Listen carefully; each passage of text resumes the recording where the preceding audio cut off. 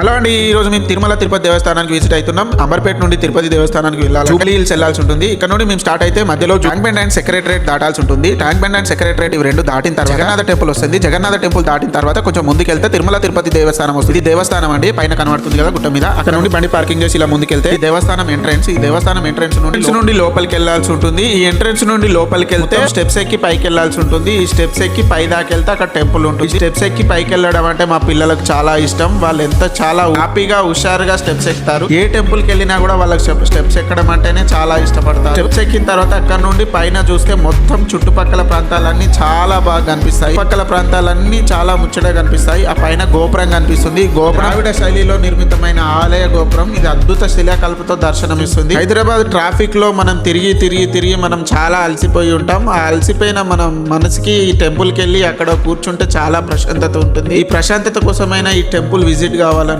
ఈ టెంపుల్ లో కూర్చున్నంత సేపు ఎక్కడో స్వర్గంలో ఉన్నంత ఫీలింగ్. మీరు కూడా ఒకసారి టెంపుల్ కి విజిట్ అవ్వండి. మేము రథసప్తమి రోజు వెళ్ళాము. రథసప్తమి రోజు చాలా మంది ఉన్నారు. రథసప్తమి రోజు దేవుడు ఊరేగింపు జరుగుతుంది. దేవుడు గుడి చుట్టూ ఊరేగింపు జరిగింది. దేవుడు ఊరేగింపులో ఆరతి తీసుకుంటే చాలా పుణ్యం జరుగుతుంది. అది మీకు చూపిస్తాను. ఈ వీడియో మొత్తం చూసిందంటే మీకు దేవుడు ఊరేగింపు ప్లస్ హారతి కూడా దొరుకుతుంది. అది ఆశీర్వాదం తీసుకుంటే చాలా పుణ్యం ఉంది. ఎవరైతే గుడికి వెళ్ళలేరో ఆ రోజు వాళ్ళంతా ఈ వీడియో చూసి హారతి తీసుకోవాలి. గుడి మెయిన్ ఎంట్రెన్స్ అండి. ఈ గుడి మెయిన్ ఎంట్రెన్స్. గుడి లోపలికి అయితే ఎంటర్ అయ్యాము. గుడి లోపల ఇక్కడ ఎవరో నాట్యం, ఈ రోజు రథసప్తమి కాబట్టి నాట్యం కోసం నాట్యం నృత్యాలంతా అయిపోయిన తర్వాత వీళ్ళు ఇక్కడ రెస్ట్ తీసుకున్నారు. ఇక్కడ ఉన్నంతసేపు వీళ్ళని చూస్తూ ఉన్నాము. వీళ్ళు ఇక్కడ రెస్ట్ తీసుకొని వెళ్ళిపోయిన తర్వాత మేము కూడా గుడి చుట్టూ తిరిగి ప్రదర్శనలు చేసుకున్నాం. గుడి చుట్టూ తిరిగే ప్రదర్శనలు చేసుకునే దగ్గర ఇక్కడ వినాయకుడి గుడి ఉంటుంది. వినాయకుడిని కూడా దర్శనం చేసుకున్నాం. వినాయకుడిని దర్శనం చేసుకొని గుడి చుట్టూ తిరిగి ప్రదర్శనలు చేశాం. గుడి చుట్టూ తిరిగిన తర్వాత ఈ రోజు రథసప్తమి కాబట్టి చాలా మంది ఉన్నారు. దేవుడి రథమును ఆరతి తీసుకోవడం కోసం చాలా మంది జనాలు వచ్చారు. ఇక్కడ తిరుమలలో బాదిరిగానే విమాన వెంకటేశ్వర్లు ఉన్నారు. అది గోపురం పైన ఉంటుంది. అది